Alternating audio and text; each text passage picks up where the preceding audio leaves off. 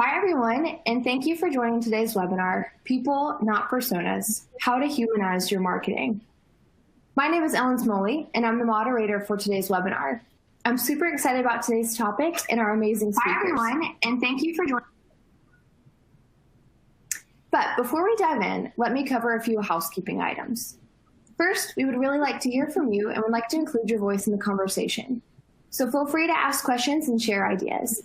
Use the question and answer panel on the bottom left corner to submit questions for any of our speakers. We've also enabled a group chat to make the session more interactive and give you the chance to meet your fellow attendees. You'll find this in the bottom widget panel. Lastly, there's a list of resources in the top right corner, including the slides from today's presentation. Now, I'd like to introduce our speakers for today's conversation. First, I'd like to introduce Jay Famico, Iron Horse's Chief Research Officer. Next, I'd like to introduce Cherie Keith. Cherie is the head of strategy and research at Own24 and has spent the past 5+ years guiding B2B marketers through strategies and technologies that enable in-person and virtual events. Own24 is the platform that you are experiencing this content through today. Jacques Beijing is the Senior Director, Product Marketing at SalesLoft, a sales engagement platform helping brands generate pipeline, manage deals, and create value by connecting authentically and meaningfully with their customers. Now, I'd like to turn it over to you, Jay. So good marketing is evident. Every one of us knows good marketing when we experience it. It feels right, it aligns with our current needs, our future aspirations. It fits with our personality.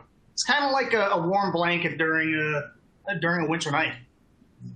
Bad marketing, though, it's equally clear. You have generalized messaging that's easy to spot. You have automated sequences that aren't matching your current level of engagement or knowledge or interest. And by the way, there's also poorly honed messages, irrelevant offers, badly integrated campaigns, and we're getting them daily. And it's likely that many of us on today's call are also unknowingly some of the culprits. That's what we're here to talk about today. What we're here to talk about is the drivers of lackluster marketing. And to us, there's three of them. There's three main causes. There's ineffective use of personas. There's an over-reliance on technology. And then there's ineffective reporting that skews our perspective and our actions. And before we focus on each one of these issues, can you share with us your perspective?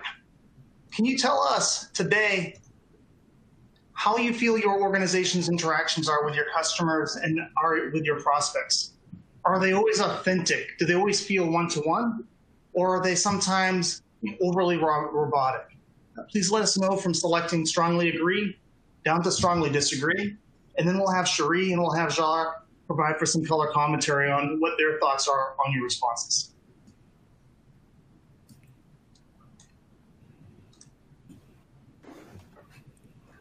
All right, Cherie, it looks like we have one person that has taken this polling question thus far.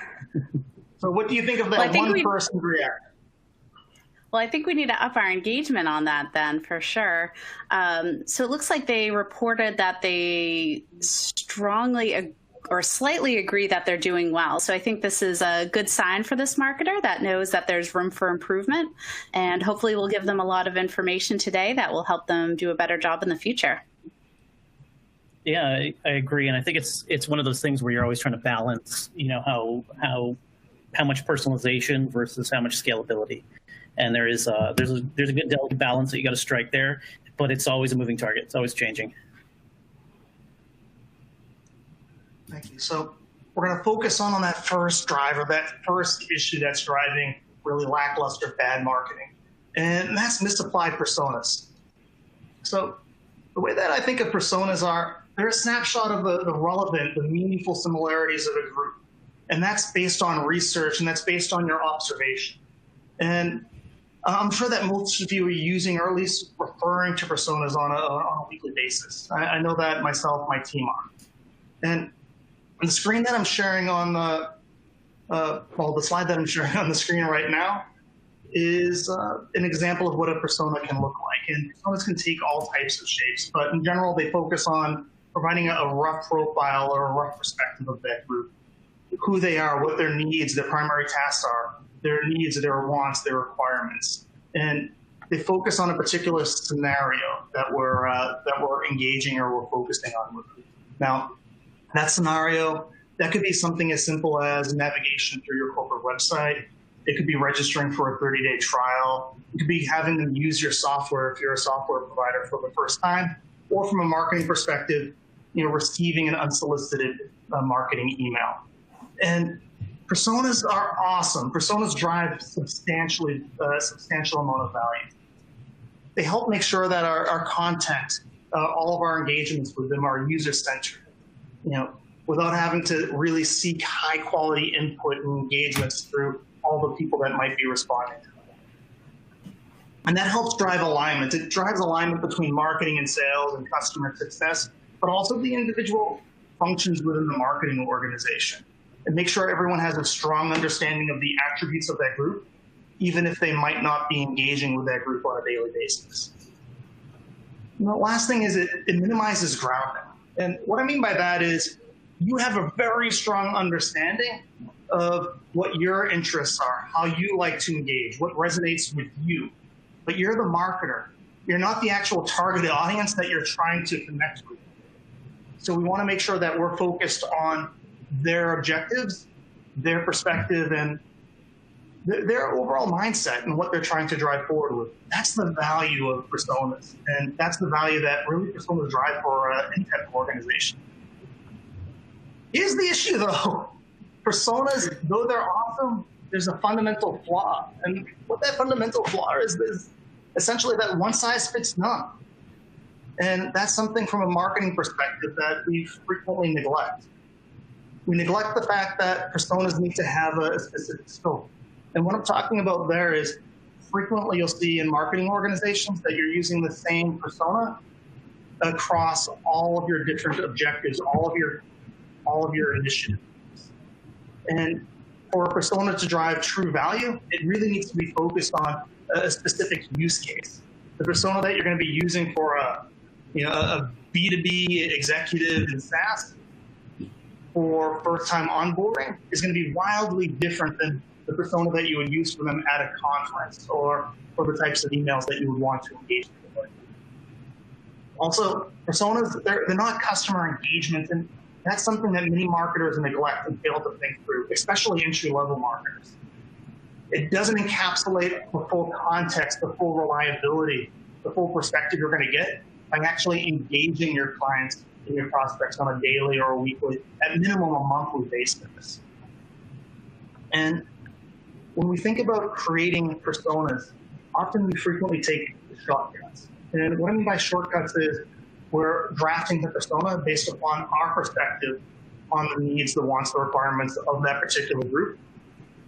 We're not necessarily having conversations or doing any type of research-backed study in order to drive that. And by the way, I understand that most marketers are typically hard-pressed for time.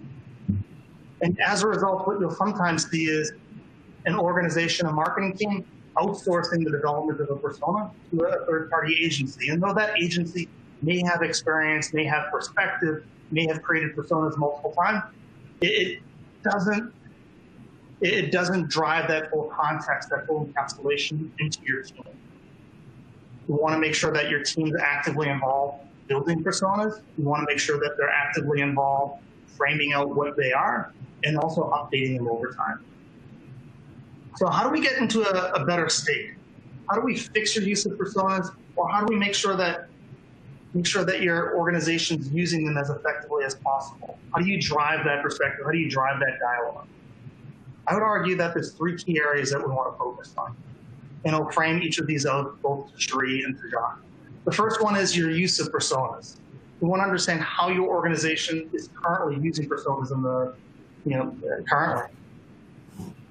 Ask how are you currently using personas. Also ask about how you're making your personas precise for a specific goal that that group of individuals in your specific focus area would share with you. So Jacques, as it pertains to SalesLoft, how are you making sure that your personas are specifically focused on individual requirements, individual use cases, individual initiatives? Yeah, well, it's interesting because personas is a big part of product marketing. We're kind of responsible for those a lot. and for the rest of the marketing organization to use. And it's something that we review very frequently. We recently added a new persona as COVID kind of struck. There's been a sort of big shift in the way that people are not only just looking at technology and selecting it, but how they're purchasing it and who's responsible for the final sign-off. So that actually changed our personas quite a bit, looking at that, looking at our own customers, looking at the deals that we had coming in from our sales teams, and really understanding what is it that the sales reps are coming up against, what are those hurdles they're having to jump over, and then taking a hard look at that and starting to adjust to our personas. Now, again, it's not something that you want to change every week or so, but when there's major events, they should be reviewed periodically. You want to take a look at those as you're starting to do things like move into new geos or perhaps new industries. That can also affect sort of how you're changing your personas. Hey, Jacques, in terms of major changes, would COVID-19 be one of those? Yeah, I'd say that was a big one, because what it did is a lot of organizations now, their forecasts are a lot lower. There's obviously high unemployment rate. So a lot of industries, you look at something like the travel industry, decimated by what's happened the last several months. And when you have, particularly in a B2B SaaS world where maybe you used to have to get the sign off of someone high up in marketing or on the sales team, and now these deals are going all the way up to the CFO. And in some cases, the deals are not, those might be a lot lower price point than that organization was used to. So maybe it used to be 50,000 before CFO had to sign off. Now it's down to 5,000 or 10,000. So that makes a big difference. And really understanding that person is now in the buying group, and they're one of the personas that you're going to have to convince before you can get the ball across the line. So what I took away from that, Jacques, is if you haven't reviewed your personas in the last 3 months, you really should, because they probably have fundamentally changed. Oh, absolutely. So on that, in terms of changing one's personas, a second area you want to focus in on is customer engagement, customer conversations. You want to focus in on how frequently you're engaging customers and prospects. So ask, how many times have you spoken to them in the last 3 months? Also, you want to ask, how well do personas fit the customers and prospects that you're currently talking with? You want to make sure that there's an alignment there. Cherie, how are you currently doing that over at On24? Well, that's an interesting question, because similar to Jacques, COVID has completely changed the way that On24 operates and goes to market. Pretty much overnight, we went from having a really strong base within our users and their knowledge of us and our marketing to them, to all of a sudden their jobs as the digital marketers, the webinars, became increasingly more difficult. They had more people than ever within their organization coming to them and saying, we need to do digital events. So their jobs got harder. But then also we were having in-person event managers coming to us and saying, we need a replacement for in-person events. Then you pair that with also executives are getting involved, because the buyer's journey was completely shaken up with all of this. So we've not only been in conversations with the customers that we know and love, but also all these new customers that are coming to that are wildly different personas than we've had in the past. So that's been the exciting part of being here and having bridged the gap between those two divisions within my research. So I think that's been really interesting, but we're on the phone nonstop with customers just because their needs have changed and accelerated so quickly with everything that's been happening in the world now.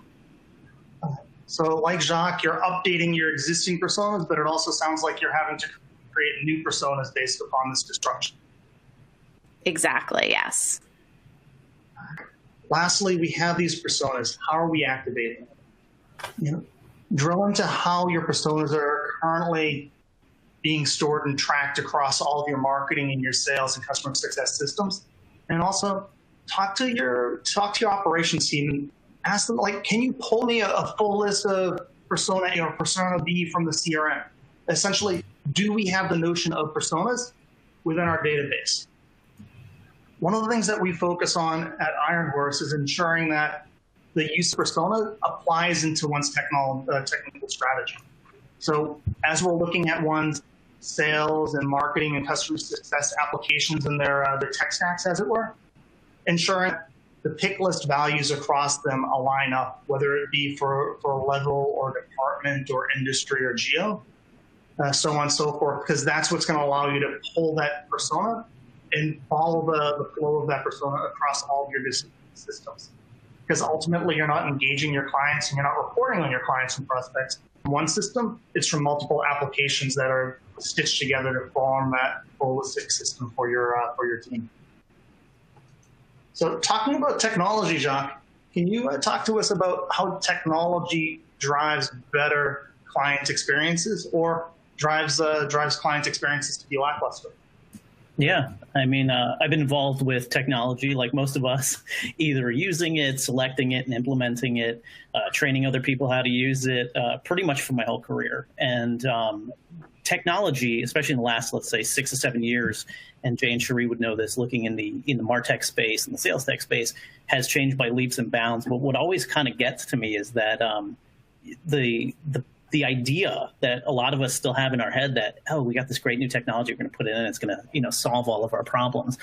We kind of underestimate that. And I think that's one of the things that we see, especially today. Everyone, Jay, Cherie, myself, we're, kind of inundated with, emails, phone calls from software vendors, from, different folks trying to get our attention. And how do you really do that? How do you get above the fray of all the emails and the phone calls to actually connect with your prospects and your buyers, and do that in a human way, particularly in the situations that we've been facing now with COVID and lockdowns, and we have protests and Black Lives Matter. These things really affect people's daily lives, and we have a lot of other things going on. It's not like it was, let's say, 6 months ago. So it makes an even more bigger difference now to have that kind of personalization in the type of communications we use, whether that's on the in the marketing automation system or sales engagement system, or even on webinars like we're doing today. So in terms of personalization, I think one of the most abused technologies, and I already mentioned it, is email, that we have access to it every day. We all get flooded with it. So how do we really get above that fray? And really what it is personalization. So what I wanted to do in terms of a polling question, and I saw in the Q&A that we might not have left this up long enough before for people to answer. So what we'll do is I'll talk very slowly and we'll get this poll done. But what we're looking at is, in terms of personalization, what do you think, percentage-wise, how much should you do in an outbound sales email? So let's say you have a lead and your sales rep saying, I'm going to contact this person.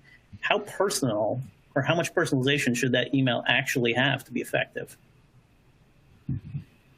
And this is something— I don't see 100% on here, Jacques. Is that to get away from people being too creepy and doing like the full public stalk down of someone? Is that why? Are we not all for that? I can definitively say there 100% would be too much. This goes back to one of my earlier comments about personalization and scalability. How much time can you spend each day? And it depends. It depends on what your workload is, what your go-to-market model is. If you're high volume, you're probably going to do a lot less personalization. If you are very personal business, it's going to be a little bit more. So let's take a look and see if we have some results here. And maybe I'll open this up to Jay and Cherie in a bit to discuss this. But so we got a lot of people saying about 40%, quite a few saying 65%, 10% seems very low, and 20% is not tracking too well either. So this is interesting. Jay, Cherie, do you guys have any thoughts on this? I would say, in terms of the optimal percentage of personalization, the people that are looking at 20%, perhaps up to 40%, that feels right to me. The question that we haven't asked here, Jacques, though, is they're saying, this is what I believe the optimal percentage is. It's not actually telling us what they're actually doing. And I think if we ask that question, it would be a very scary response. And frankly, I don't think it's a response anyone could put, because I would say a large number of people, unfortunately, would put 0%, or, to Cherie's point, a full 80, 90, 100%. Mm-hmm. So and I think it also, here's the problem. You put 3 analysts on a webinar and we're going to critique each other's data pool. Well, the good thing is I have data to kind of shed some light on this answer that is outside of this poll, which I'll bring up here in just a moment. And we did a lot of research on this at SalesLoft. So SalesLoft, sales engagement platform, we have a lot of users sending out email every single day. So we did a cut of this. This is pre-COVID for about 6 months. And we looked at over 6 million emails that were sent through our platforms. This is a lot of data. And what we found is that 20% is pretty much your optimal number. That's where you can get the right amount of lift on the response rates. And what you can see is it actually doubles your response rate from doing, as little as 3% personalization. It'll up that, 0% personalization will get you about a 3% response rate. Put it up to 20%, you're doubling that pretty quickly. And what that is as well is it's that balance that I was talking about. Because if you look at the right side of the chart, if you go all the way up to 80%, you'll get a little bit more of a bump, and then it drops off dramatically. Cherie, you'll see the 100% there is just about as bad as nothing. It's it's like a nice scale there. But what this is really telling us is it's all about being able to balance the amount of personalization for the amount of response rate. So you don't want to go overboard where you're wasting energy and maybe not able to contact as many people, but you want to keep it around that 20% range to get that better response rate. And the personalization itself is 20% personalization in the body of an email is maybe 3.5 to 5 minutes of a sales rep's time, whether that's an inbound BDR in marketing or a full-on inside sales rep in your organization. And we kind of dug into this even a little bit deeper when we looked at this. Our data science team looked at this, and really personalizing the first 200 characters of your email is pretty big. And that's really only the first 2 or 3 sentences. That has a big impact. Doing things like a 2-word greeting, like if I said, "Hey, Cherie," is actually way better than just saying Cherie or hi or something like that. Another funny one, I'm just kind of rattling off some data points. Another funny one is if you put a number in the subject line, it actually drops your response rate by about 32%. So that's something that works very well for, let's say, blog posts. Putting a number in the title usually gives you a pretty big lift, but email is not the same, which is interesting. And those subject lines, back to subject lines, no more than 5 words in the subject line. And in fact, if you only use 1 word in the subject line, it actually increases your response rate over the average by 87%, which is kind of huge. So it's interesting data. Again, we did this over 6 million different emails, so it's pretty solid, but it shows just how much personalization really matters. And personalization is great, but one part is, as marketers, sales reps, customer success managers, you're really trying to establish contact with buyers. And in this case, while one-off email, this is reply rates for one-off emails, that's not really the sort of the optimal way to go about it. What you really want to do, as we all know, is you're going to have a series of touch points, whether that's calls or emails. Within the sales engagement platforms and SalesLoft, what we do is we establish cadences for our customers and help them through that. So that really puts a workflow to how many phone calls, how many emails are going to go out, how many live touch points. So it's important to remember that as well. And with a system where you can scale pretty easily, you can just keep adding people to cadences if you want. We did a lot of analysis on this, and this was looking at 32,000 reps and how their cadence workflows were going. And this particular graph that we have here really looks at how many people you're adding into your cadence. And this is on a daily basis. And what we found here is that really adding any more than, let's say, 20 new people to a cadence every day, it actually starts impacting your reply rate. And that reply rate, the percentage, will actually go down. So by and large, most organizations, you really should not be having your reps add more than 20% unless you're in a very high volume. But what you'll notice as well is if you kind of move to the middle of the chart, that sort of 100, 120, there you're still getting quite a few replies, but what you'll notice is a drop off after that. So not only is the reply rate going down, but the actual number of replies is going down as you add more people. So this is very interesting, but when you think about it, it's a rep that's adding that many people and is probably spending less of their day on personalization. So it's really, again, balancing the prospects that you have. Do you want to go and be a little bit more personal with them versus trying to go for that high volume play? And again, at the end of the day, an organization has to make a decision for themselves, but the data is pretty clear that sometimes that high volume play is not really the best. Hey, Jacques, we have a question here on the last slide that I think aligns with that. It's a question from Helena. She goes, why does the 100% personalization cause a very large drop? in terms of response? It's interesting. The causality of that is something you'd have to actually, kind of speculate over. So we didn't go into causality. What this was is just the raw data shows that those that were hyper-personalized really dropped off.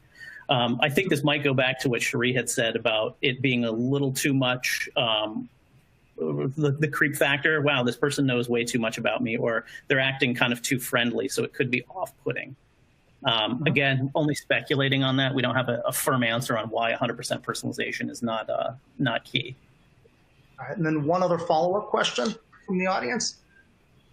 This survey was done pre-COVID. Do you have any speculation or thoughts in terms of what might shift, or would it shift if you did the survey a second time ago? For example, this month. Yeah, and we actually are, pulling more data on that. We did some preliminary data during the first month or two of COVID. And interestingly, when I talked about subject lines, so if you had put something in like COVID or coronavirus in the subject line of your email, it actually dropped your reply rate down by 40%. So that's something when you're looking at, you're trying to be personal or say, hey, I'm pulling in something from current events, but really off-putting for people because not really understanding where they are in the process. They're probably trying to, teach their kids online. They're trying to hold down a job, figure out all the technology that they're using for video conferencing from their house. So that was an interesting one. What we also noticed is there was a lot of drop off initially in reply rates for emails. That has since gone back up.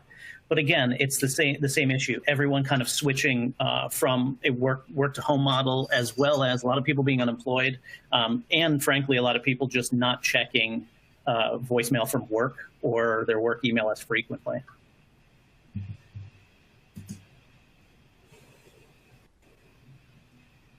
All right, so what I wanted to do is run through one of our clients, Patient Pop, which is a healthcare software provider. And what they do is they really try to, work with healthcare and doctors to promote the practices online, attract more patients, and like anything, try to keep those patients within their systems.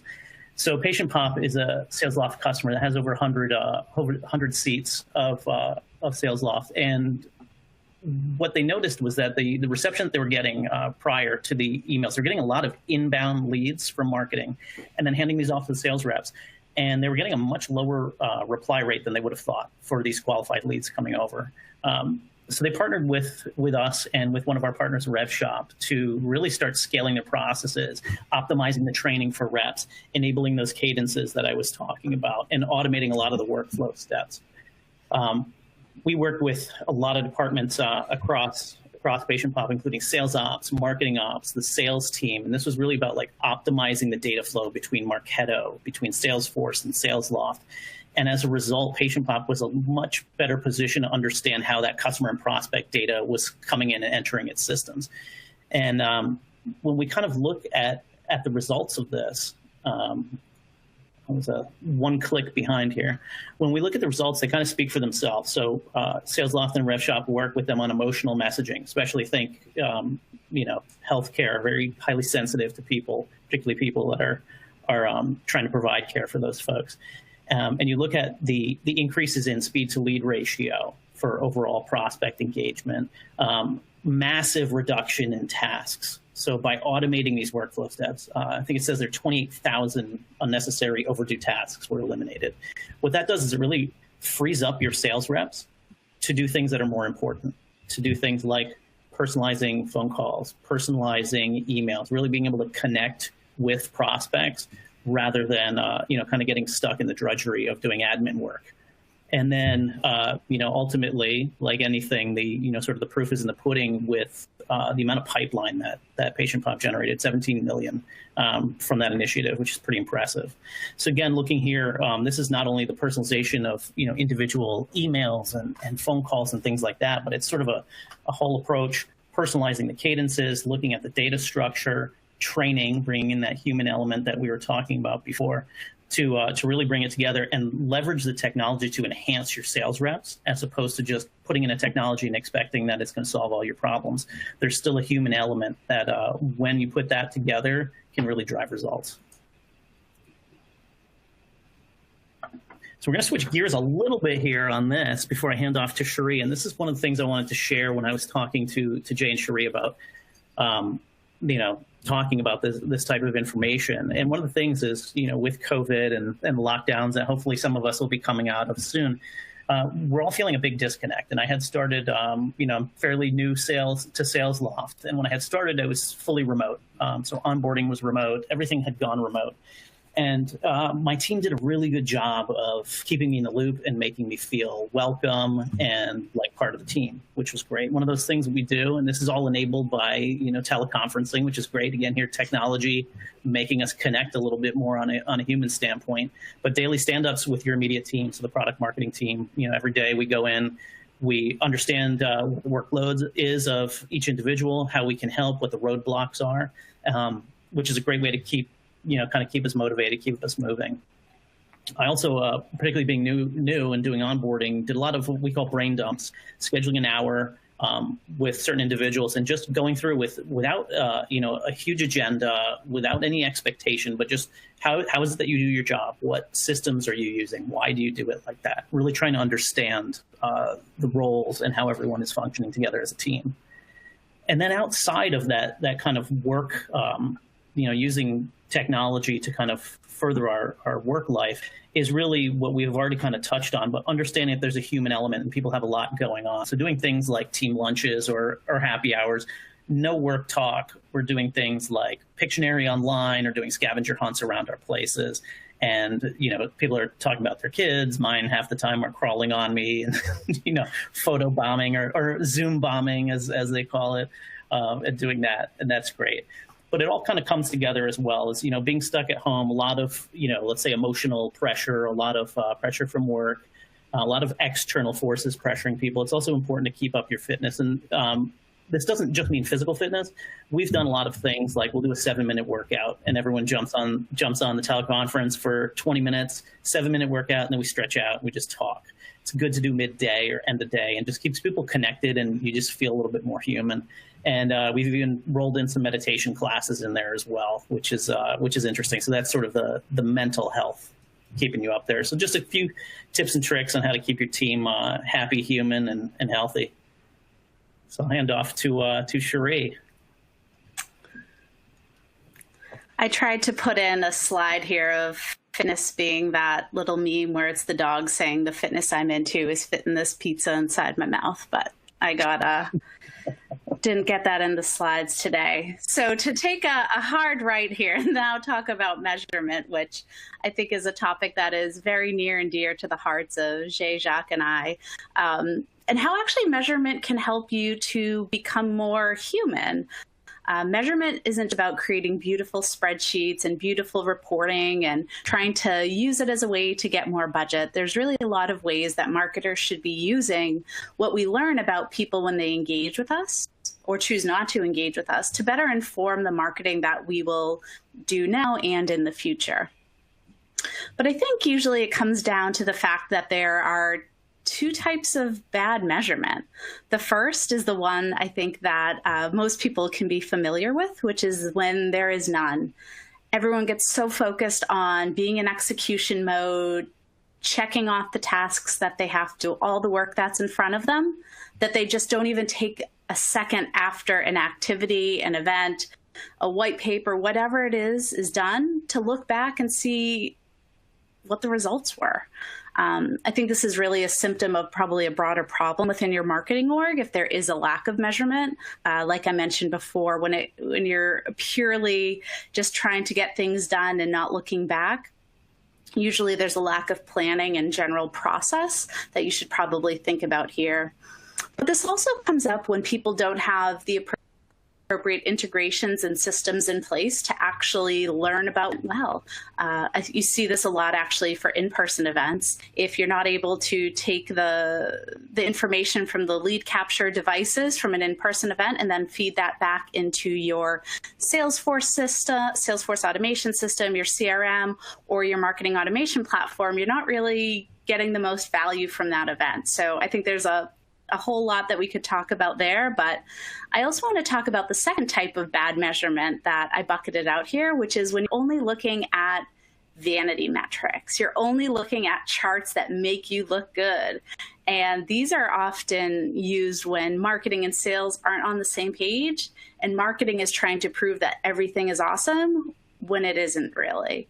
And when you base actions and planning and strategies around these vanity metrics, you can cause a lot of other problems at the end of the day. It still comes down to checking the box, but checking a box that should have never been there in the first place. There should have been a more in-depth measurement report that you were thinking about. This also comes into play when, again, not all the systems are integrated in the right way. So you're only looking at perhaps the registration data, but not actually the attendee data. But I'll pause here. I don't know, Jacques and Jay, if either of these resonate for you before we open it up to the audience. I'd say both of those resonate with me. The other one that resonates, Sheree, is misaligned measurements. When you're looking at how marketing is measuring effectiveness and efficiency and value, and how sometimes there's a disconnect with their counterparts in sales. And in order for an organization to really drive value for itself, you have to have an aligned measurement across the different groups. So as an example, if marketers are only caring about the number of MQLs that are being generated, but care nothing about sales pipeline, there's gonna be a disconnect there. Mm-hmm. Yeah, I would agree with Jay. I'm looking at the vanity metrics. I've seen this in a lot of organizations that I've worked with previously. At Sales Loft, I feel like we're doing a really good job of this, but I have seen that in the past where, kind of what gets measured gets, what is that saying? What gets measured gets done or something. Basically what you're measuring for, people do, and Jay's example is great, is, hey, if we're only being measured on the number of MQLs, well, then all I'm going to do is try to drive as many MQLs as possible. If there's no, kind of marketing attribution, or marketing's not responsible for any part of the revenue, then that's a major problem, because there's going to be a huge disconnect. You have two different groups kind of going for the same goal, but the goal is in two different places. Mm-hmm. All right, so I'm going to click it over now and open this up to the audience to see which of those is resonating. So both vanity metrics or neither, we're doing really well. So we'll give everyone a minute here to respond to see which of the While we're waiting for that, Sheree, we have I think to both of your points. We have a question here on, do you have any tips on how marketing and sales can work together to make sure that they avoid vanity metrics? Well, I think it starts with like a really honest discussion of what's going on. I don't think marketing can do this and then present it to sales. I think kind of the foundation for moving beyond vanity metrics ends up being interlock and trust. So if you can't build something on your own and present it to someone and expect them to fully believe it if the basis that you were working on wasn't a strong foundation from the start. So I think that would probably be the best thing, is to, do your homework about what the actual problem is and then bring that problem together. And hopefully you have like the right culture, the right environment to have those discussions to be able to come up with a solution to move forward. I think that's a good point, particularly around the culture and being able to align on what your corporate and your strategy and your goals are. If marketing and sales at the highest level aren't aligned on what the goal is of the organization, that's going to be a very hard conversation to have as it starts trickling down throughout those organizations. So it's really getting alignment and that interlock at that high strategy level, and then that will help drive that conversation of, can we align on the actual metrics? Because if you're aiming for the same goal, same objectives, it's much easier to come to common ground on that. All right, let's see what the audience says then. Oh, we have both being the majority answer. I think if we had probably guessed beforehand that we would see that. We do see the smallest percentage doing really well. So yay to you guys. We want to hear from you, actually, to hear more about what's going well in your company. But in order to do that, we also want to share some of what good measurement looks like. So I think there are really 4 core components that come down to good measurement. And this can be across the board. This isn't just at department level reporting.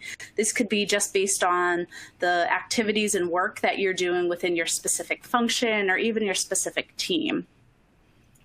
But the first is that you're, of course, measuring the activities, the counts of the work that you're doing. But you also want to try to be progressing towards the outcomes as much as possible. So show what the effects of your work actually were. If 100 people downloaded a white paper, I mean, that sounds impressive to me, but is that really good? What did they do after they read that white paper? Did it drive them to another action? Did they actually read the white paper? Did they open up, read the first page, and then abandon it? Things like that. Because you also need to have, again, back to this idea of a culture, an openness to actually evaluating what those outcomes were and to really evaluate whether or not that work should be done in the future based on what you learned. Because those honest discussions are what's going to help advance your knowledge of your personas and make sure that you are humanizing your work as much as possible. And then lastly, it's all about triggering change. I think we all know, especially being a marketer, in the past 6 months, we all learned that things can change really quickly. So I think triggering change and being able to have those honest discussions is also a sign of good measurement at the end of the day. And I think just to look at a few sample metrics, and as someone who spends their day either helping customers think about doing digital experiences and webinar marketing really well, and as someone who participates in a lot of webinars, I did put some sample metrics up on here that are more webinar based. So I think the table stakes that I was talking about when it comes to activities really comes down to things like registrations and then attendee count. 2 very basic things that you should be able to measure today. But if we look at beyond that, I think what we would be most interested in learning about is really what did someone who joined your webinar actually do? What was their engagement like? And more importantly, what was the engagement like across an entire account? And the example that I'll show on the next slide is more about account-based activities and how webinars can help you with that. But thinking about the signals that you can receive from an entire account based on their participation in a webinar can be very interesting. And finally, calls to action, those shouldn't be an afterthought when you're putting together a production, always making sure that there's not going to be a dead end at the end of the webinar, and making sure that you're also measuring out against what your program triggered someone to do next. I think that's really important, but also speaks to how personas can help to inform the content and the experiences that you're delivering to your audiences. And finally, it's always important to look at satisfaction scores as well. I think marketers and people that you're marketing to are often very vocal about what they like and they don't like. So taking that into account is very important to both do better measurement, but then to also think about what you can do better in the future to make sure that you improve your marketing process and improve your marketing results as well. Now, finally, I wanted to close here with just a quick look at how Workfront was able to improve the engagement they had on webinars based on the reporting and kind of humanizing more of their story about what was going on. So I think really the core point I wanted to point to here is that they decided to personalize more of the digital experiences that they were driving to a set of target accounts. And they saw a dramatic increase, 3x, in the growth within those accounts based on what we were able to do on those webinars. It increased the total responses, but also at the same time was able to drive down the cost per lead, which I know is a metric that not everyone tracks, but this is one that Workfront actually uses. So I thought I would share it here today. But also, we've been talking a lot about alignment and sales and marketing. So I think this is also an interesting example because based on the reporting and that they were able to do and how they were able to adjust their programming, they were also able to see a pretty dramatic increase in what they call as a qualified sales opportunity, how marketing was able to influence those. So I think when you think about marketing's measurement being what we can do better in the future and how we can inform sales to do a better job of closing deals, this can definitely be one of them.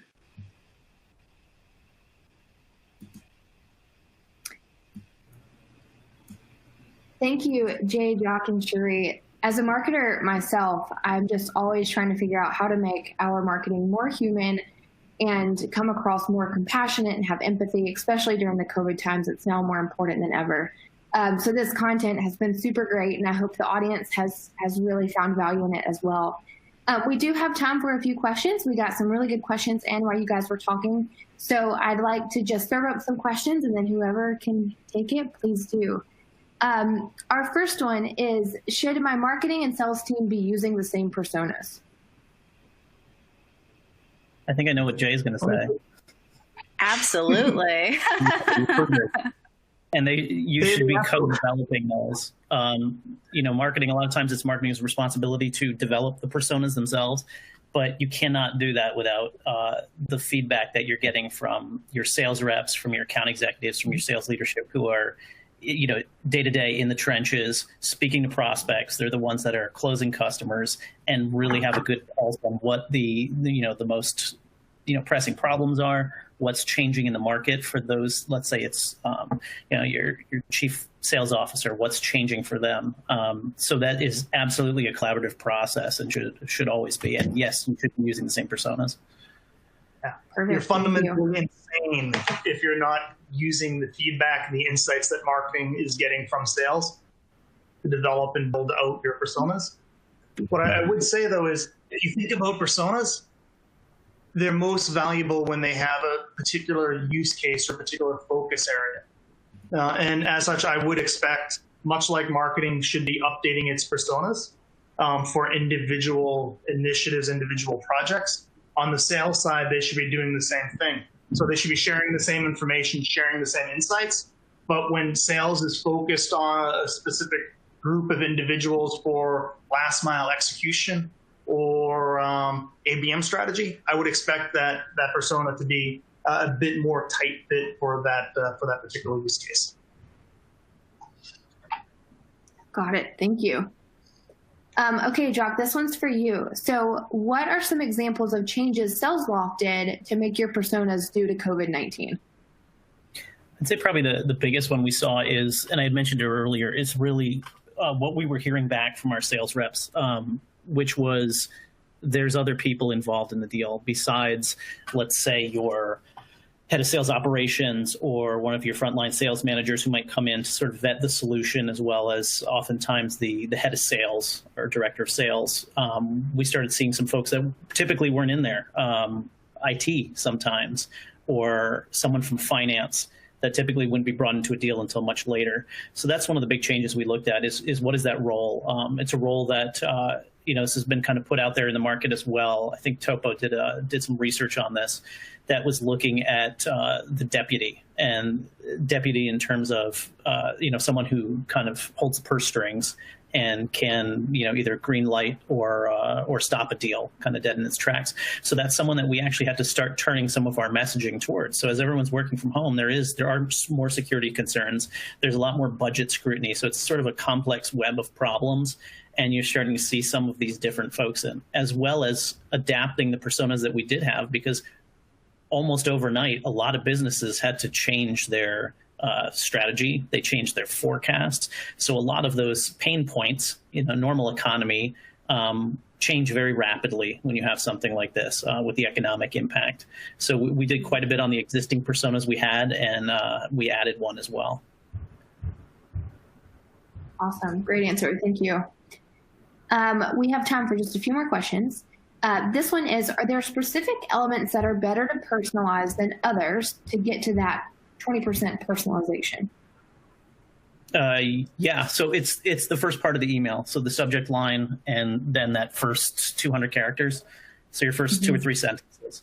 After that, you start getting into diminishing returns. And why is that? When someone's pulling up their email, a lot of times they're going to have a preview pane. They can see the first couple lines, but they can't see everything else. So that's really where you have to hook them. And if you're not doing that, you might have the best personalized email, but if you save it to the end, they might never actually even click into your email. So you want to do that kind of front and center between the subject line, the hello or hey Cherie that I was mentioning before, and that first 2 or 3 sentences. Perfect. Thank you for that little recap. Okay, let's do 2 more. So this question is, how frequently should we review or update our organization's personas? At minimum yearly. And focusing back on what Jacques said, anytime that there is a major change that directly applies to that particular group of individuals. And you're going to see those changes. Oh, go ahead, Sherry. Sorry. I'm just going to say that I also think that can be very daunting at the same time. So what I've seen some product marketing teams do in an interesting way is break it into an ongoing process to try to make it always seem like at least a segment of the personas is being updated in a quarter. Because I think if you wait for the annual process, it's really hard to push the brakes and get everything done. So if you can find a way to operationalize it in that way, I think that will make the fact that it gets updated on an annual basis a little bit more bite-sized for people. So framing that back. So I would say, I think Jay's statement about at a minimum, and it would totally be a minimum. And Cherie, I tend to agree with your analysis a little bit more. And that's what we do at SalesLoft is looking at the personas on a regular basis throughout the year when there are those kind of pivotal points, whether that's an external force like COVID, or there's a major change in the buying patterns or something like that. Those are the times where you might have to jump in and say, do we need to update these more rapidly than we would normally?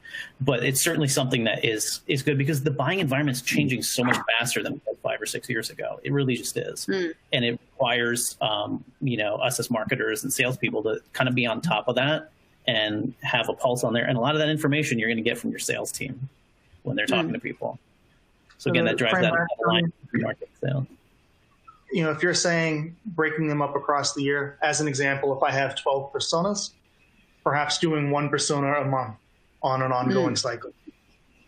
The other thing I want to highlight is I know we're just talking about are we highlighted personas here, but when you're updating, when you're reviewing your personas, you're crazy if you're not also looking at your buyer's journeys as well.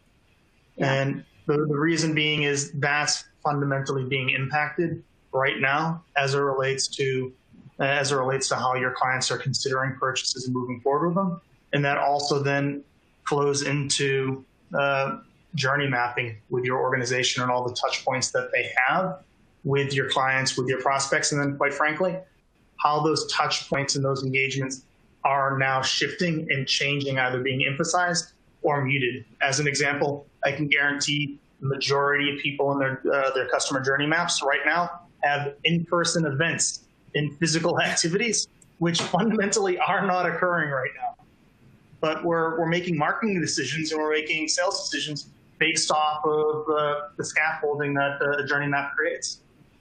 And the journey map's interesting too, because there's so many different touch points, and that starts, oftentimes with marketing, might start on your website. But when you start looking at this as those leads are coming in and you're identifying them and you're reaching out to people, it can take over 15 different touches before you get a hold of someone. And this goes back to why you should personalize email, why, you don't give up after only seven times of trying to contact someone, whether it's phone or social or email. Ideally should be a combination of all of those.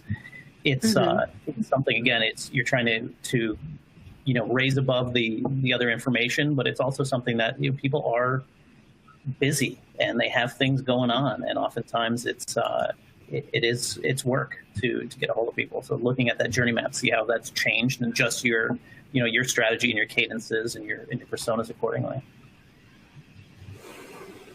Awesome, thank you. And time for one last question. I believe this was covered, but always great to just wrap up with a kind of a summary. I think this one's super important. So what impact does response time to your prospect's email have to your deal acceleration or your opportunity creation?